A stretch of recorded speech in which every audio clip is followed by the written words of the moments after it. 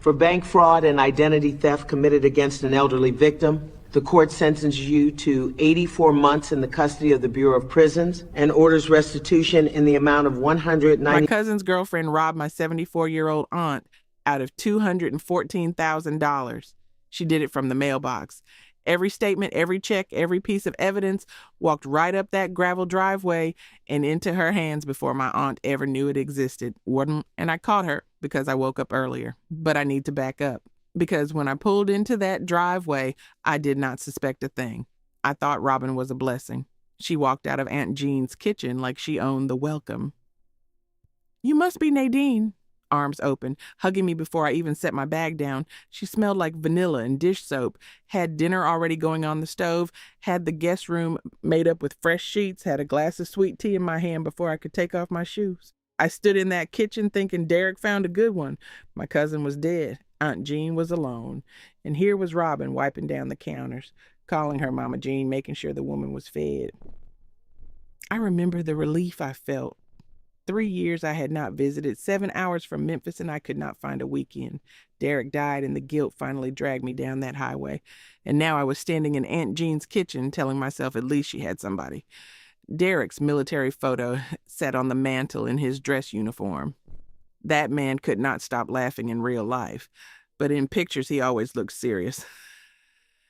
Aunt Jean was in her chair by the window, the one with the cushion she had worn down to almost nothing. 74 years old with swollen knees and a cane that got her around the house, but not much further. That gravel driveway stretched about 200 feet down to the mailbox at the road, and for Aunt Jean, it might as well have been a mile. Then I saw the car, a BMW, a 2015 3 Series charcoal gray, sitting on the gravel right next to my 12-year-old Honda like it had wandered in from another zip code. $34,600. I know that because I am 42 years old and I have spent 14 years as a hospital billing coordinator in Memphis. $3,200 a month, 8 hours a day, reading financial documents and matching numbers that are supposed to add up. When they do not, I notice. It is what I do. And that car did not add up. Robin did not have a job. She told me she was living off what Derek left and some of her own savings. I looked at that BMW and something quiet shifted behind my eyes. Not suspicion yet, just a flicker. The same feeling I get at work when a billing code does not match the procedure. I could not name it, but I filed it. Over the first 2 days, I learned the shape of Aunt Jean's money. Her husband Earl had passed years before Derek. His life insurance paid out $128,000. Derek, the Army veteran smiling from that mantle photo, had $86,000 in military savings. Together, that was $214,000 sitting in 2 accounts at the local credit union. That was Aunt Jean's safety net, the money that meant she would never have to sell the house. But when she talked about money, she shook her head. Things are tight, baby, not like they used to be. She mentioned maybe selling the house. Robin, sitting right there at the table, nodded along. Money just goes, bills add up. And then quieter, almost to herself. I handle all that for Mama Jean. She does not need to worry about the details. I did not say anything. I just sat there and let Robin clear the plates. But I have spent 14 years watching numbers tell stories that people do not want told. And $214,000 does not just go. On day 3, Miss Odessa Price stopped by, 69 years old, Aunt Jean's nearest neighbor a quarter mile down the road, retired school teacher. She brought a jar of preserves and stood on the porch with me while Robin was inside. We watched the afternoon settle over that yard, the deep country quiet where the nearest traffic light is 20 minutes away. Miss Odessa looked down the driveway toward the mailbox, and then she said something I did not understand yet. That girl walks to that mailbox like it is paying her rent. She did not explain. She sipped her tea and talked about the church bake sale and the weather and never said another word about it. But I heard her, and I filed it too. The next day I offered to get the mail. Simple thing. I was closer to the door. Robin stood up so fast she bumped the table. I got it. Do not worry about it. I always get it. She was out the door before I could answer. It happened again the next morning, and again the afternoon after that. 3 times I moved toward that mailbox. 3 times Robin cut me off, and each time Miss Odessa's voice came back to me, like it is paying her rent. Something was wrong with that mailbox. I could feel it the way I feel a mismatched claim sitting on my desk at work, the kind where the numbers look fine until you read them twice. The evidence was not there yet, but the pattern was forming, and patterns do not lie. I set my alarm for 5:45 the next morning. The sky was still dark when I slipped out the front door in my socks and walked down that gravel driveway, every stone pressing through the thin fabric. The mailbox was cold when I opened it. One envelope. Credit Union of Southeast Georgia, addressed to Jean Campbell. I photographed the front. I photographed the back. Then I opened it carefully, sliding my finger under the flap the way I had opened 1,000 envelopes at work. The statement was one page, 2 accounts. I read the withdrawals first because that is what I am trained to do. $2,800, $3,400, $4,100, every single one below $5,000. Structured amounts, deliberately structured. My hands went still. Then I read the bounce, $7,300, $214,000, down to $7,300. I stood at the end of that driveway in the dark and read those numbers 3 times. 14 years of reading financial documents, and I have never needed more than 2 reads to know what wrong looks like. This was not bills adding up. This was not money that just goes. This was theft, calculated, patient, invisible theft. And the only reason it was invisible was because one person controlled the mailbox. I sealed the envelope back carefully. I put it in the mailbox exactly how I found it. I closed the flag. I walked back up that driveway in the dark, let myself inside, and sat at the kitchen table with my hands folded. I did not say a word. I did not need to. Not yet. Robin got the mail at 7:15. She walked it straight past me, past Aunt Jean, and into her bedroom. She closed the door. She had no idea I had already seen every number on that page.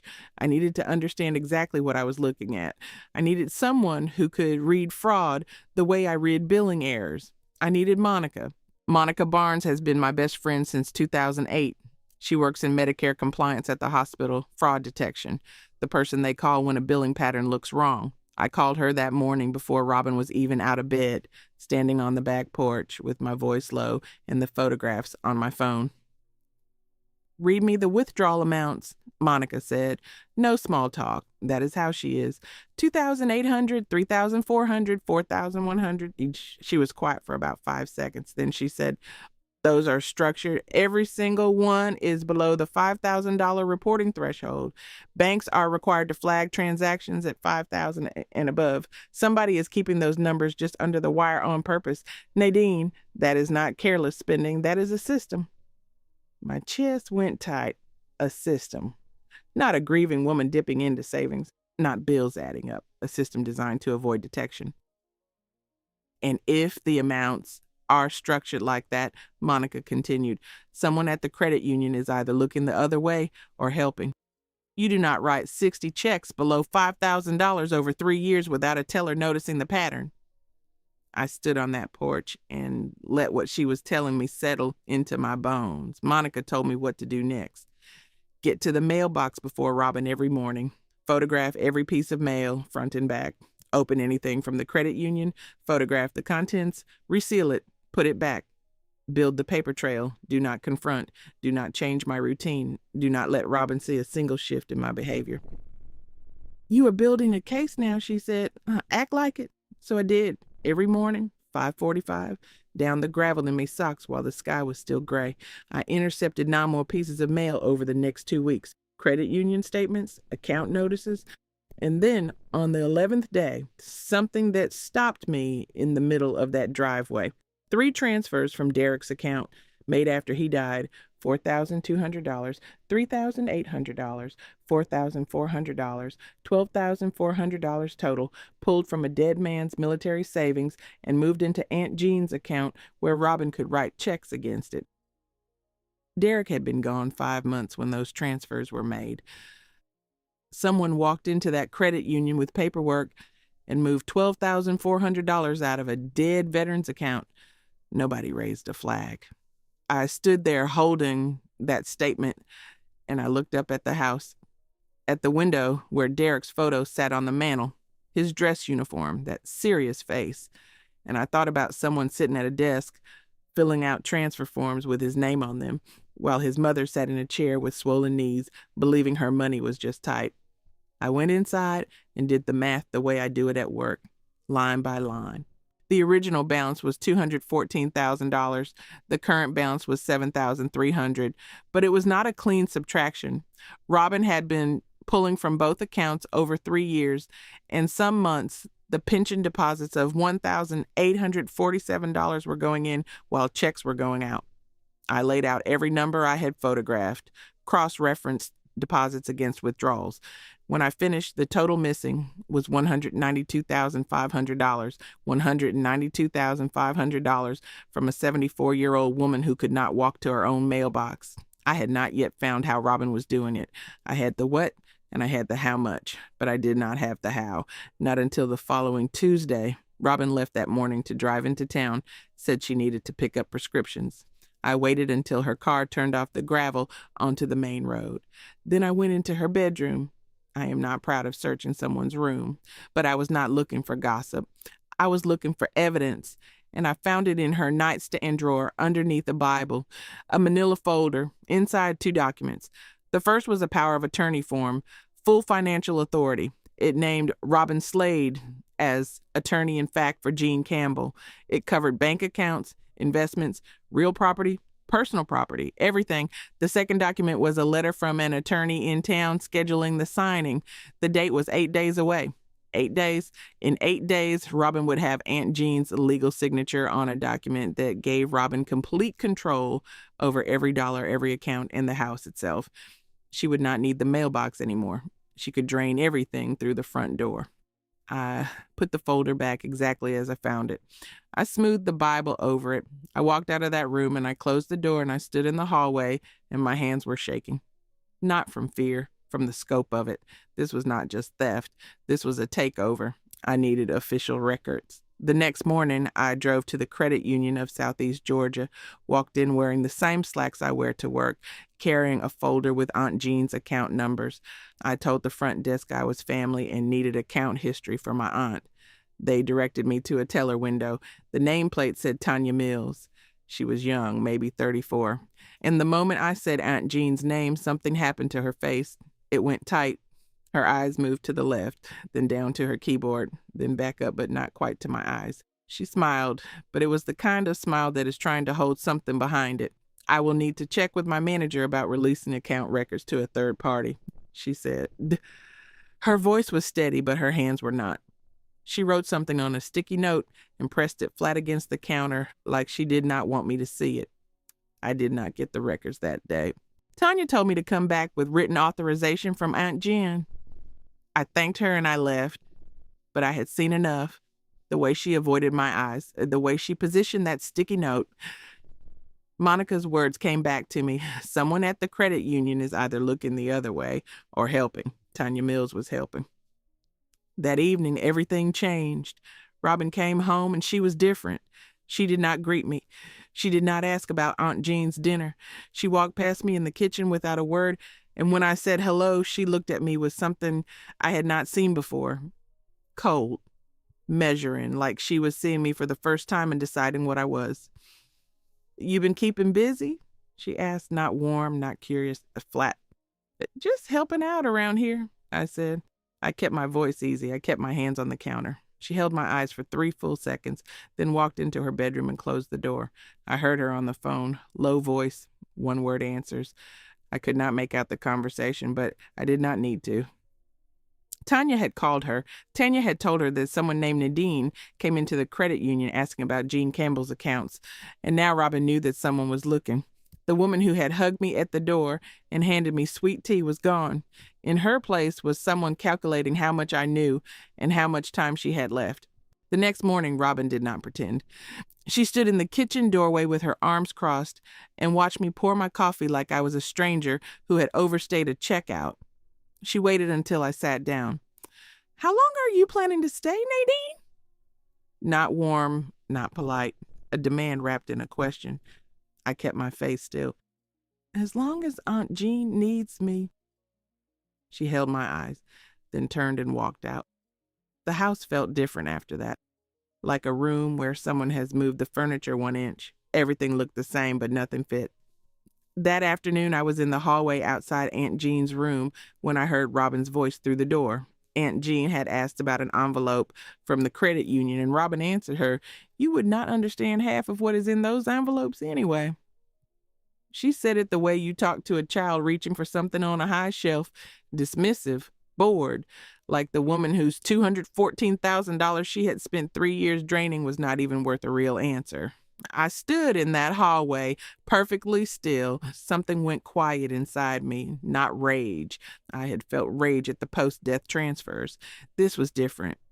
The sound of a door closing, the last door. The one I did not know was still open. Some small piece of me had still believed Robin might have started with good intentions, that maybe underneath the forged checks and the structured withdrawals and the dead man's money there was a woman who had once cared. Gone, all of it. Gone in one sentence spoken to a 74-year-old woman who could not walk to her own mailbox. Done. I went to the guest room and closed the door and laid out every photograph, every statement, every number I had gathered, organized by date, organized by account. I wrote a summary the way I write billing reports at work, line by line. $192,500 in documented theft. Then I called Monica. She gave me a name, Ruth Givens, elder law attorney, 40 minutes south. I drove to her office the next morning. She looked at my folder for 11 minutes. Then she looked at me. "I am filing an emergency petition to block that power of attorney today, and I need you to understand something. This is not a civil matter. This is federal." She took my case at $150 an hour, reduced from $275. She said she had seen this before, but not at this scale. She told me to go to the FBI. I drove 2 hours to the nearest field office. Agent Terrence Booker, Financial Crimes Division, sat across from me in a windowless room and went through every page. When he finished, he closed the folder and looked at me. "Your documentation is thorough. We will be opening a case." He paused. "And I should tell you, the teller, Tanya Mills. She was already on our radar." I sat in that chair, and I felt 6 weeks settle into something solid. Every 5:45 morning, every photograph. Every number I had cross-referenced at that kitchen table while Robin slept in the next room. Everything was in place. I sat down with Aunt Jean on a Tuesday morning. Robin had driven into town. I closed the bedroom door, pulled a chair next to hers, and laid the folder on the quilt between us. "I need to show you something, and it is going to hurt." She looked at the folder, then at me. She waited. I opened the first statement, pointed to the withdrawals. 2,800, 3,400, 4,100, all below 5,000, all structured to avoid the reporting threshold. I turned the page. 9 more statements. Same pattern. 60 checks over 3 years. Everyone forged with her signature. Aunt Jean's hands went flat on the quilt. I showed her the post-death transfers. 3 withdrawals from Derek's account 5 months after he died. $4,200, $3,800, $4,400, $12,400 pulled from her dead son's military savings. Her chin lifted. Her eyes did not fill. They sharpened. I showed her the balance. $7,300 remaining from $214,000. The running total, $192,500. Gone. She was quiet. Then, "Show me the rest." I showed her the power of attorney, Robin's name, full financial authority, signing date 8 days away. I told her the attorney had already blocked it. I told her the FBI had opened a case. She looked at those documents the way I look at billing errors, not confused, reading. That woman sat at my table. She served me food from my own kitchen. She drove my son's car to my son's bank and took my son's money after he was in the ground. I did not speak. "I cannot walk to the mailbox." She paused. "But I can walk into a courtroom." Aunt John refused the power of attorney that morning. She signed the FBI complaint. She committed to testify. 5 days later, 2 federal agents came to the front door. Robin was in the kitchen. The same kitchen where she had handed me sweet tea. The same kitchen where she had told Aunt Jean the money was just tight. Agent Booker read the charges: bank fraud, aggravated identity theft. Robin stood there with a dish towel in her hand, her mouth opened. Nothing came out. They handcuffed her at the table where she had served breakfast.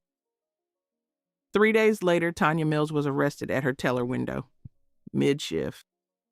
Her manager watched. They walked her out the front door of the credit union.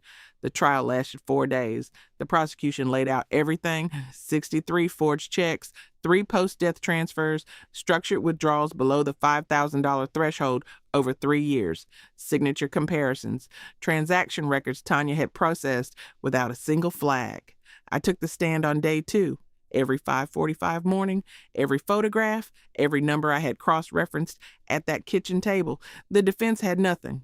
Judge Patricia Weaver delivered sentencing on a Friday. Robin Slade! On the count of bank fraud, 60 months. On the count of aggravated identity theft, 24 months. Sentences to run consecutively. 84 months federal custody. Restitution in the amount of $192,500. Pretrial release is revoked. The defendant is remanded immediately. Robin's face went white. She looked at the gallery for someone who might help. There was no one. They handcuffed her in the courtroom. She did not look at me. She did not look at Aunt Jean. Tanya Mills, 24 months federal custody, terminated from your position, barred from employment in the financial industry for life. Tanya stared at the table. She did not move. Aunt Jean sat in the front row through every minute. 74 years old, swollen knees, back straight. She watched the woman who stole 3 years of her life get let out in handcuffs. When it was over, the courtroom emptied. Aunt Jean reached over and put her hand on mine. She did not say anything. Neither did I. We just sat in that quiet and let it be enough. We drove home with the windows down. Neither of us turned on the radio. The Georgia air came through warm and heavy, and Aunt Jean leaned her head against the seat and watched the pine trees pass. I kept both hands on the wheel and let the quiet hold. When we got back to the house, Robin's room was empty. The closet door was open. A dish towel she had left folded on the counter was still there, and I picked it up and put it in the laundry basket without thinking. The house felt different, not bigger, just honest, like the walls had been holding their breath for 3 years and finally let go. Aunt Jean sat in her chair by the window that evening. She was quiet for a long time. Then she said, she stole 3 years, not crying, not asking a question, just measuring the size of what had been taken. 3 years of forged signatures and structured withdrawals and sweet tea and lies told at the kitchen table. 3 years of trust converted to cash below the reporting threshold. She said it again, softer. 3 years. And I sat with her because there was nothing to say that would make the number smaller. Pastor Hayes came by the following week. He stood on the porch with his hat in his hands. He had praised Robin from the pulpit more than once, called her a blessing to the family, held her up as an example of devotion. Now he stood there and he did not have a sermon. He told Aunt Jean he was sorry. He told her the church should have seen it. She thanked him and offered him coffee and did not say what we both knew, that seeing it was never his job. It was mine. And I had almost not come. Miss Odessa Price arrived the next day with a casserole dish and a look on her face that said she had been waiting to be proven right. She did not gloat. She set the food on the counter and sat down and talked to Aunt Jean about the weather and the garden and nothing at all. She came back on Thursday, then the following Tuesday, then every Tuesday and Thursday after that, twice a week like clockwork, until it was not charity anymore. It was just what they did. Over the next 2 months, we rebuilt everything Robin had torn apart. Attorney Givens set up dual signature accounts at a new bank 40 minutes away from the credit union where Tanya had processed every forged check without blinking. No single person could withdraw more than $500 without both signatures. Monitored statements mailed directly to the house, and the house itself changed. I hired a contractor to install a mail slot in the front door. No more walking down that 200-foot gravel driveway. No more depending on someone else to bring the envelopes inside. The mail came through the door and landed on the floor in the hallway where Aunt Jean could pick it up herself. I drove back to Memphis in October, 6 months after I had arrived for what was supposed to be 2 weeks. Miss Odessa had a key. The church sent someone on Saturdays. The accounts were locked down. The mail came through the slot. I learned something in that house that I carry with me now. If someone insists on getting the mail, ask yourself why. If someone tells you not to worry about the details, worry about the details. The people who want to handle everything are sometimes the people you need to watch the closest. Last time I visited, I came through the front door and found Aunt Jean sitting at the kitchen table with her reading glasses on and 3 envelopes open in front of her. Bank statements. She was running her finger down the column of numbers the way I do at work, slow and careful, checking every line. She looked up at me and smiled. "My numbers are right," she said. They were.